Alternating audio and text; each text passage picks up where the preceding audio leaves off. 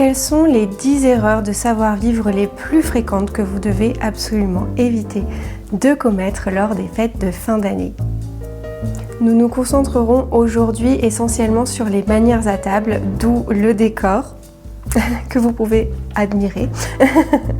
Et nous allons voir également quelques erreurs autour de l'art de la conversation, car je sais qu'il est très fréquent de se retrouver dans des situations assez délicates lors des fêtes de fin d'année au niveau de la conversation et des discussions. L'art de la conversation est un tout autre sujet dont j'ai déjà parlé dans certaines vidéos que je vous invite à aller consulter. Et si cela vous intéresse, nous avons bien sûr des formations autour de l'art de la conversation pour vous aider à discuter avec beaucoup plus d'aisance, de maîtrise aussi et d'élégance bien sûr. Je suis Bérangère de Montbois et après m'être formée dans l'une des plus prestigieuses écoles d'étiquette au monde, j'ai cofondé l'Académie des bienséances à travers laquelle je vous donne les clés pour faire du savoir-vivre et de l'élégance une ressource pour vos relations personnelles et vos relations professionnelles. Première erreur qui va concerner les couverts. Faire trop de bruit avec ces couverts. Évidemment, il va sans dire que nous allons forcément faire un peu de bruit en utilisant nos couverts. Mais le fait de ne pas du tout faire attention au bruit qui est causé par ces ustensiles peut devenir désagréable, surtout lorsque c'est multiplié par le nombre d'invités en plus des autres. Donc il faut faire attention lors du maniement des couverts à être délicat et à faire le moins de bruit possible. Autre chose, par exemple, on fera attention à ne pas nettoyer le couteau avec le bord de l'assiette et en même temps taper l'assiette qui peut en principe assez souvent être assez fragile. Donc il vaut mieux éviter de faire cela d'une part pour le bruit et d'autre part pour ne pas abîmer l'assiette. Deuxième erreur, lancer un sujet de conversation controversé ou bien participer à ce type de discussion qui va mettre certaines personnes, voire tout le monde, mal à l'aise. Je le rappelle sans cesse, mais le savoir-vivre, c'est avant tout chercher à mettre à l'aise les autres, à leur être agréable. Donc il va sans dire que le fait d'aborder un sujet qui peut mettre mal à l'aise autrui n'est pas une très bonne idée et n'est pas du tout une règle de savoir-vivre, bien au contraire. Il s'agit d'une erreur. Prenons un exemple. Un invité commence à parler d'un sujet de politique, sujet favori des Français comme nous le savons, et vous n'êtes pas d'accord avec lui, pas du tout, c'est quand même quelque chose de grave et vous ne pouvez pas vous empêcher d'exprimer votre désaccord de façon peut-être un peu trop abrupte, trop directe et finalement vous l'encouragez et vous encouragez aussi les autres personnes à prendre part à la discussion. Les repas de fête, le repas de Noël n'a pas vocation à traiter de sujets qui vont créer des tensions, des discordes, voire des disputes à table. Donc ce n'est pas forcément le meilleur moment pour parler de sujets sensibles et de même on fera attention aussi toujours au niveau de la conversation parce que cela arrive bien souvent et malheureusement cela part d'une bonne intention mais ne produit pas l'effet escompté. Je parle de donner des conseils non sollicités. C'est une deuxième erreur, je voulais la classer dans cette deuxième erreur de savoir-vivre, donc vous en avez deux pour le prix d'une.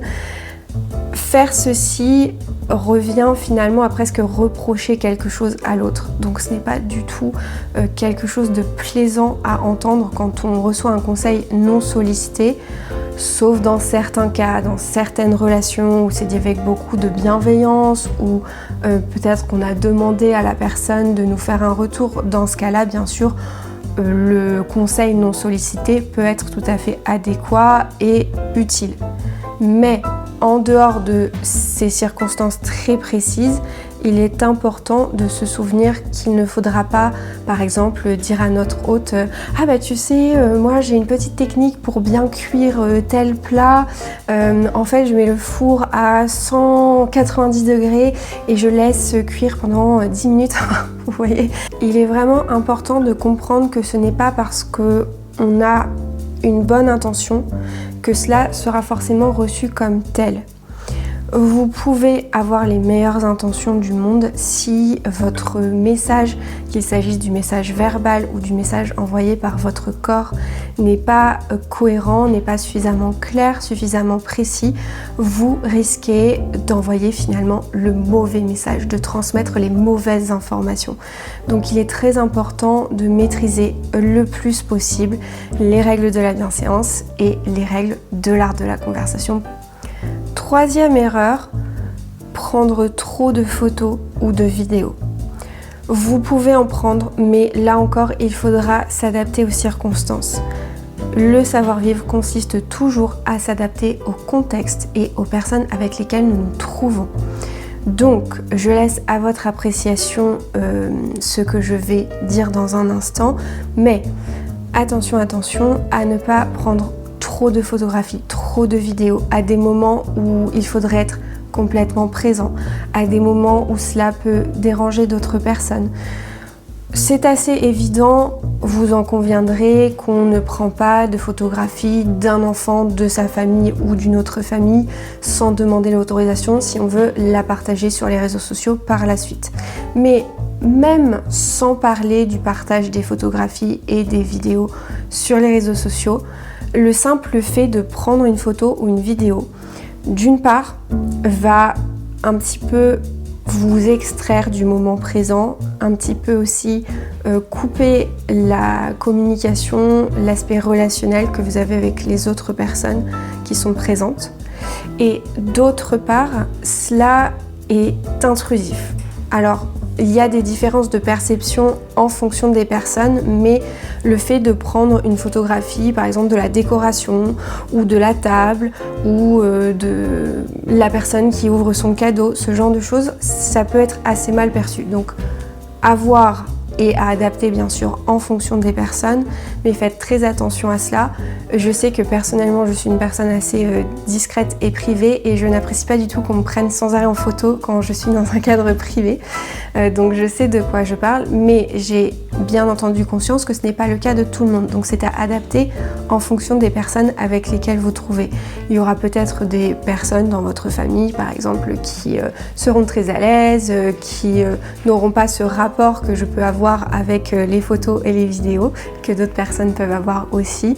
Donc cela dépend vraiment des personnes avec lesquelles vous trouvez. Mais je pense que ce rappel était important à faire parce que parfois on peut ne pas avoir cette sensibilité et par conséquent prendre plein de photos et de vidéos pour les envoyer à d'autres membres de la famille ou à des amis ou je ne sais pas, ou pour les partager sur les réseaux sociaux.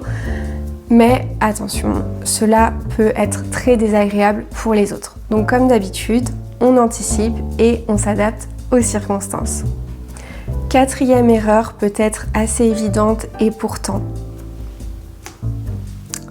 le portable à table. Ça, ce n'est vraiment pas possible. Même si vous l'avez à côté de vous, retournez. Encore une fois, cela va vraiment créer une barrière à la relation que vous entretenez avec les autres. Déjà, le fait d'avoir visuellement le téléphone sur la table, cela va communiquer le message que vous n'êtes pas complètement disponible pour les autres, vous n'êtes pas complètement présent dans le moment que vous partagez avec votre famille. Vous attendez peut-être un message, vous attendez une notification ou justement dès que le portable va vibrer ou émettre une sonnerie ou dès que l'écran va s'allumer, hop, vous allez avoir le regard tout de suite qui va être attiré par l'écran, attiré par le téléphone s'il est retourné. C'est normal, c'est naturel, on est bien d'accord, mais cela va vraiment créer une distance dans la relation que vous entretenez avec les personnes qui seront autour de la table. Donc vraiment, s'il vous plaît, faites-moi plaisir pour ce Noël, pour les fêtes de fin d'année. Pas de portable à table, pas dans votre poche non plus. Non, non, non. Et je vous vois venir, pas de portable sur le meuble derrière. Non, s'il vous plaît, s'il vous plaît. Parce que c'est pareil, en fait, le portable, il ne doit pas être là. Il est dans votre sac, dans votre chambre, dans la salle de bain, je ne sais pas, mais un endroit où vous n'êtes pas en train de recevoir et vous ne pouvez pas l'atteindre facilement. Parce que vraiment, Ce petit objet est certes très pratique, on l'aime beaucoup, il nous rend plein de services, mais il nuit aussi énormément à nos relations. Regardez, si je vous parle en regardant mon téléphone juste un instant, vous voyez l'effet que ça produit, vous le connaissez parce que vous avez été victime de cela aussi. Donc s'il vous plaît, ne le faites pas et vous verrez que vous passerez un Noël encore plus merveilleux et que vous aurez de meilleures relations. 5e erreur, arriver en avance ou pile à l'heure. Alors, pile à l'heure, ça peut un petit peu varier, mais selon les traditions françaises, nous allons arriver avec un quart d'heure de retard. Il s'agit de ce que l'on appelle le quart d'heure de politesse. Donc, encore une fois, c'est à adapter en fonction des personnes chez lesquelles vous allez être reçu. Peut-être que vous allez aller chez des membres de votre famille qui tiennent beaucoup à la ponctualité et qui prendraient mal le fait que vous arriviez avec 15 minutes de retard. Dans ce cas-là, bien entendu, arrivez pile à l'heure. Mais sinon, en France, la tradition veut qu'on arrive avec 15 minutes de retard. Pour quelle raison ? Eh bien, tout simplement parce que cela permettra à vos hôtes soit de se reposer un petit peu, soit de gérer un éventuel imprévu, soit de rattraper un petit retard. Donc c'est leur rendre service, c'est être prévenant envers eux que d'arriver avec un petit peu de retard. 6e erreur, et ensuite nous allons venir aux manières à table en particulier, aider l'hôte même s'il refuse votre aide.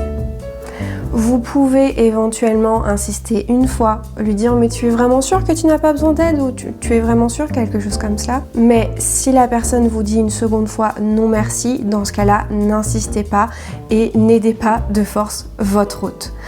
Peut-être que la personne qui vous reçoit ou les personnes qui vous reçoivent ont leurs habitudes, préfèrent prendre soin elles-mêmes de la vaisselle, du fait de débarrasser, de servir, etc. Vous ne savez pas, peut-être qu'elles n'ont pas envie que vous les aidiez tout simplement parce qu'elles ont envie de vous faire plaisir à vous et de vous offrir un moment de repos, un moment agréable. Donc n'insistez pas, vous pouvez insister une fois, pas plus. Si vous souhaitez maîtriser les manières à table et transformer vos repas en moments d'élégance, nous avons une formation dédiée qui s'appelle tout simplement Manières à table et jusqu'à dimanche, les 3 premières places de cette formation sont à 120 € au lieu de 150 € pour la session du 11 avril 2026 à Paris. Si vous arrivez trop tard sur cette vidéo, rassurez-vous, il y aura d'autres sessions de cette formation à Paris et à Lyon qui seront programmées. Nous proposons en effet un cycle de formation au savoir-vivre complet que vous pouvez suivre donc soit à Paris, soit à Lyon. Il vous suffit de réserver votre place dans notre boutique. Et vous le savez, comme d'habitude, le lien de la boutique se trouve dans la description de la vidéo. Pour finir, je vous enjoins à ne pas tarder à vous inscrire si vous souhaitez suivre ces formations car le nombre de places est très limité. 7e erreur, prendre un verre à pied comme celui-ci par le calice.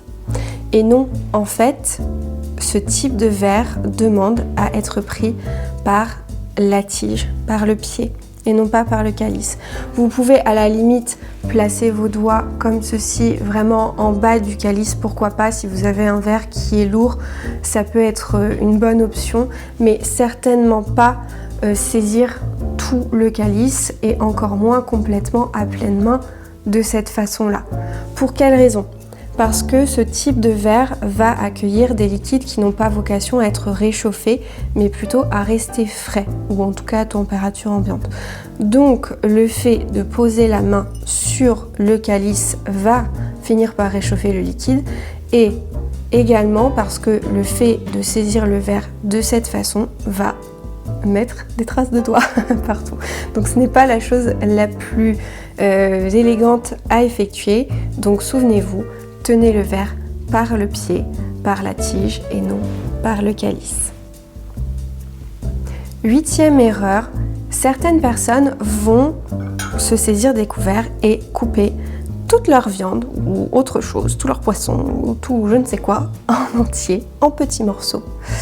Non, on coupe au fur et à mesure. Ce n'est pas une grave erreur, mais cela nuit un petit peu à l'élégance de vos manières à table parce que cela va communiquer 2 messages. Le premier, qui est peut-être un petit peu tiré par les cheveux, j'en conviens, c'est que vous êtes impatient et que par conséquent, vous devez tout couper tout de suite maintenant.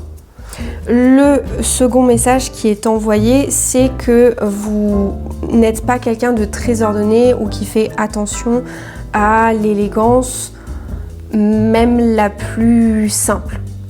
Parce que le fait de tout couper en petits morceaux, en fait, ça va mettre du bazar dans votre assiette et ce ne sera pas très agréable à la vue des autres. Et je sais aussi que c'est un comportement qui peut un petit peu agacer d'autres personnes. Donc si vous n'êtes pas en train de découper en entier, par exemple, une viande pour une personne âgée qui aurait du mal à le faire elle-même ou pour un enfant, dans ce cas-là, coupez morceau par morceau. Vous coupez un morceau, vous le portez à votre bouche. 9e erreur, se resservir soi-même sans proposer aux autres de le faire avant. Lorsque vous souhaitez vous resservir ou vous servir d'ailleurs d'un plat, d'une boisson, proposez toujours au moins à vos voisins de table s'ils souhaitent de l'eau ou l'accompagnement ou que sais-je. On va toujours proposer aux autres de les servir ou qu'ils se servent avant de nous servir nous-mêmes. 10e et dernière erreur, ponctuer ses propos avec les couverts. Cela peut être dangereux, comme vous pouvez vous en douter. Si les couverts sont pleins de sauce, ce n'est pas très gentil d'envoyer de la sauce sur les voisins. Et dans tous les cas, ponctuer ses propos avec les couverts en main n'est pas très élégant et va distraire vos interlocuteurs de votre propos. C'est pour cela que je vous le montre en même temps que je le fais, comme ça vous pouvez avoir l'impression en direct et effectivement pour vous ce n'est pas très agréable que je parle beaucoup trop avec mes mains, avec les couverts qui bougent sans arrêt puisque ça doit vous distraire et rendre mon propos moins clair et moins facilement recevable. Merci beaucoup pour votre attention et n'hésitez pas à nous transmettre vos souhaits en matière de thématiques à aborder sur notre chaîne YouTube en commentaire. Merci encore et à bientôt!